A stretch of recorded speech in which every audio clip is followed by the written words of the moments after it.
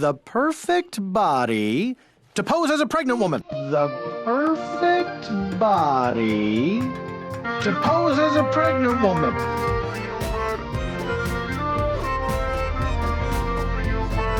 Who doesn't love regular show? A show about a bluebird and a raccoon named Mordecai and Rigby just chilling in MFL. Well, until some crazy shit starts happening. I repeat, we need backup!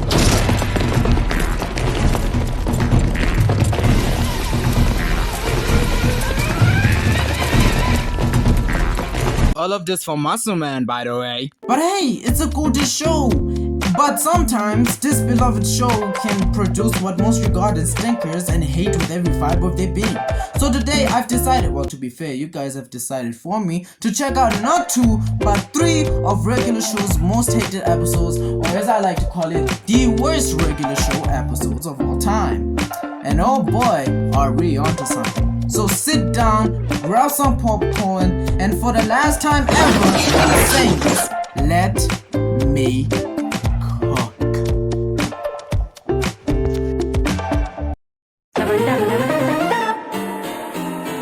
So our first hated episode is from season 3, and it's called The Best Burgers in the World. Wow, okay. It follows Mordecai, Rigby, and the gang talking about the food truck that sells the best burgers in the world, apparently. Now the thing about these best burgers in the world is that not only is it perfectly done down to the last minute detail, dude, as long as it's better than any fast food restaurant except Popeyes, that shit is goated. I don't care what y'all be saying. Dude, y'all can glaze it and say it's the best burger ever. I don't even get how many times they were saying. Okay, never mind. But the other thing that makes this quote-unquote best burgers in the world so special is that they are served every 100... I'm sorry, wait, whoa. They are served every 100 years? Nigga, what? Not even like 50 years? How are these guys even making money?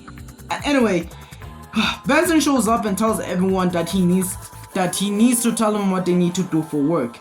And he specifically tells Mordecai and Rigby that they need to finish everything that they didn't do last week. The guys throw a fit telling Benson that he doesn't know what he's talking about. They did the jobs. But instead of hearing them out, he tells them, nah, this is my house. We're gonna do what I wanna do. And also tells them that if they're not supposed to go to the food truck until they have finished their jobs. Jeez, Benson, what a great boss you are, not telling your workers to have adequate breaks.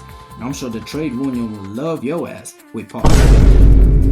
The guys try to beg again, but Benson won't budge. Sadly, that doesn't do anything for the boys, and the boys just go to work as soon as possible, while at the process trying to get to those burgers.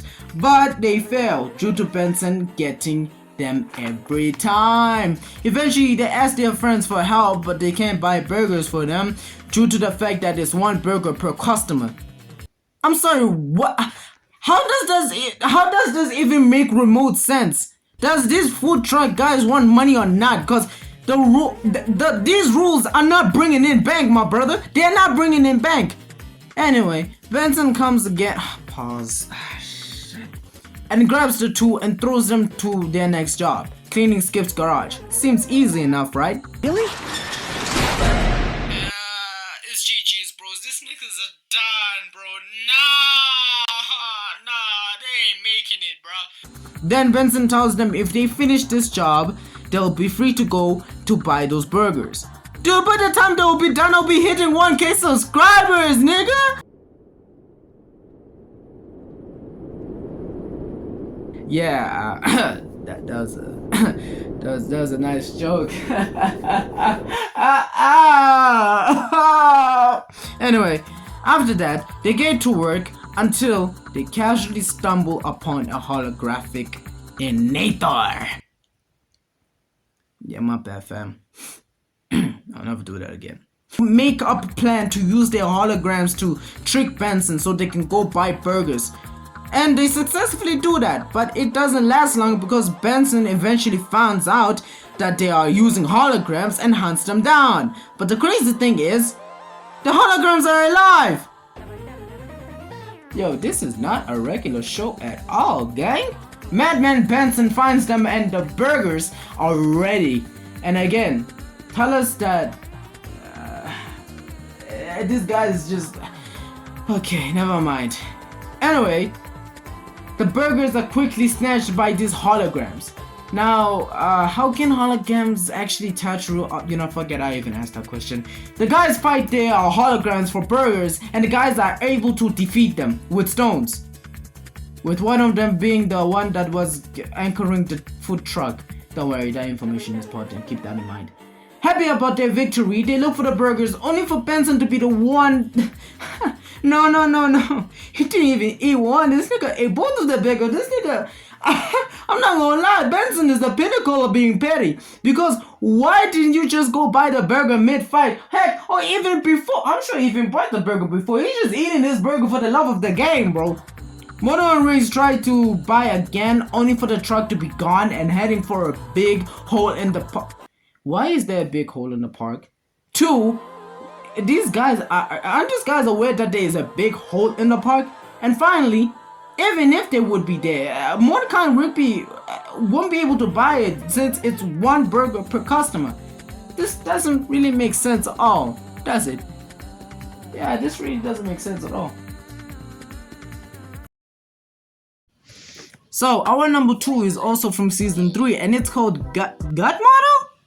Oh god, this is gonna be a good episode. So the episode starts with Muscle Man talking about his 5-year at the park anniversary party, but his friends cannot attend since they already have plans. To which Muscle Man is furious, but then again, dude, why didn't you just tell them earlier so they can, try to reschedule? And I'm sure most of them would have just rescheduled. Anyway, we can see a sad Muscle Man sitting by himself, and then we cut to 2 people talking about magazines until they see Muscle Man and ask him to stand up and then proceed to check him out for his stomach. I am not fucking kidding you right now. After that, they give him a job post to pose as pregnant woman, or as they like to say, a gut model. Oh, so that's where they got the title from. Huh. Muscle Man declines the offer, but not completely. He has commitments towards the park, but eventually he thinks about it. It is morning and Benson has an announcement. Muscle Man stands up and says that he quits because he wants to be a model now. I forgot to talk about the fact that he did this to get back to his friends for, missing and not going to his party.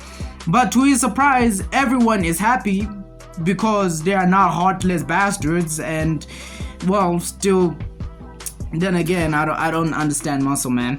But he is not happy about that. But still, he just takes the job. To which he quickly finds out that this is not as what it seems. Because these guys are just businessmen. They're not here to make friends as corporate America is, bro. Come on, dude. Didn't you know that? Well, obviously he doesn't like that, but continues anyway, since the business party will be held at the park. Wow, how convenient. Well, at the park, Muscle Man is still hoping that his friends are sad. But then, again, to his surprise, they are happy for him. And after realizing that they signed the 360 deal, Muscle Man completely snaps at them for being happy and not being sad at all. Dude, I am so confused. What did you expect him to do? Obviously, to be selfish and be like, we don't. Obviously, these guys care about you enough to let you go. If you truly love something, let them go. But Muscle Man is too ignorant to even understand that, because he's always in his mind. God, I hate Muscle Man. Well, not really, but in this episode, I kind of. Anyway, he freaks out. No. He crashes out and accidentally creates a deep fry monster.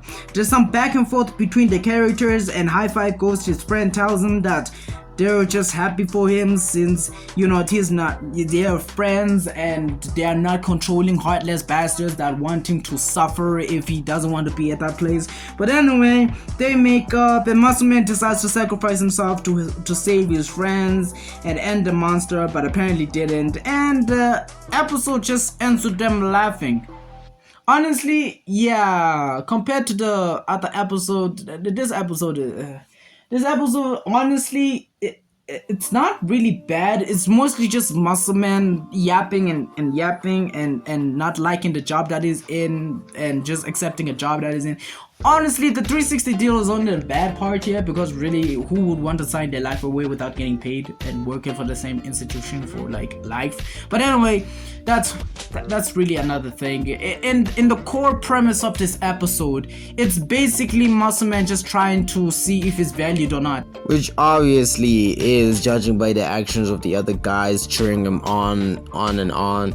It's just they just want to be there for him. That's really about it. But I guess this episode just doesn't make sense all around. Now, our third episode is actually from season 1, and it's called The Unicorns Got to Go. Wait, why do I feel like I know this one? Anyway, the episode begins in a coffee shop with Margaret giving both the guys their coffee, and Mordecai just looking at Margaret with those lover boy eyes. As it's pretty well known that Mordecai had a crush on Margaret, to which Rigby, acting like a bro, just tells him to go ask her out. And I mean, to be fair, what's the worst she can say? No, right? Ew. Never mind. Rigby's still telling him to do it until an ad comes on showing a dude spraying cologne, to which girls show up and tear off his clothes. I'm sorry, wait, what? Okay, now I know that is false advertising right there, because if it was real, I would be buying that shit. Fuck X body spray. Anyway, that's not the point. Mordecai thinks of buying it, to which Rigby disagrees, saying that they were supposed to buy that game called Strong John. I don't know why I put it in there. I just put it in. Wait. Serious? Anyway, Rigby failed in convincing Mordecai to buy the game, to which he's mad about it, and to some degree he has a point. Why should he just go buy a cologne where he could just talk to the girl and ask her out? But then again, the worst you can say is no, right? Mary Jane, will you marry me?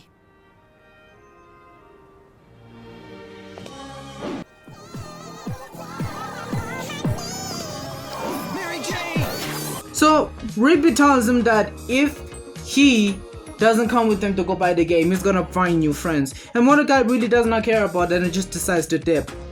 Now we're later at the park, and Mordecai gets the spray and sprays it on him. To no one's surprise, no bitches show up. Rigby shows up and says what everyone was probably thinking. The spray doesn't work, but Mordecai confronts him. Pops, another character of the series, from recurring to main, shows up and sniffs Mordecai, and then runs away suddenly. What the? Anyway, Mordecai sprays some more of that shit on him, and to the point where they can't see anyone. That until they see unicorns. Well, a unicorn.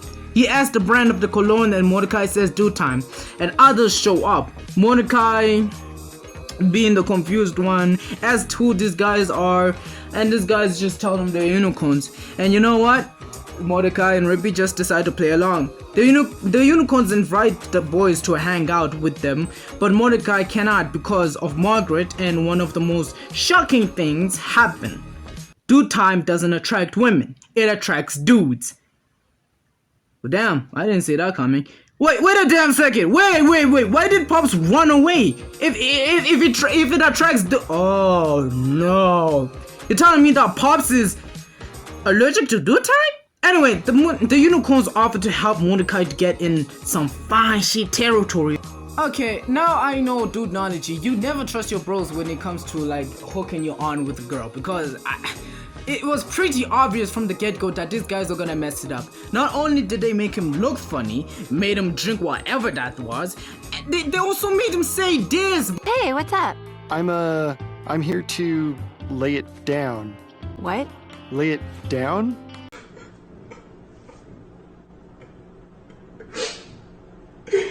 This nigga is trash. Nah, bro, at this point, just retire, bro. Leave the game before the game leaves you, bro. Come on, bro. Anyway, Mordecai is angry as justified and decides to confront the unicorns, to which Rigby makes an L move and backs up the unicorn guys. He literally just met them hours ago compared to his friend. Damn, this nigga low-key moving like me in 2024. Oh God, nigga. Okay, y'all did not need to know that. Anyway, the unicorns have made one last plan of helping Mordecai out. Don't worry, we're still gonna help you get your lady. How? By partying at your place! Wait, what? Oh, this is not gonna end well. The boys show up to the utter mess that these unicorns have made in this party and not keeping their word on getting market for Mordecai. Rigby is still defending these guys, which honestly it's not surprising given what he has done earlier. Mordecai tries to talk to them but they won't listen. Then Rigby pulls another L move by letting Mordecai think he was gonna help him, but he just psychs him. Honestly, this episode dramatically changed Rigby throughout. Mordecai storms off and Rigby hears a loud bang, to which is just one of the unicorns playing on his bed, and you know what? He breaks it. I find it funny now that he is the butt of the joke figuratively and he doesn't like it. But when it was his friend, he didn't care. Anyway, that's not all that happens. These unicorns tie up freaking Benson and eat his gut. Wait, what? No, that is a war crime right there. These niggas committing this? They eat his gumballs? Nah!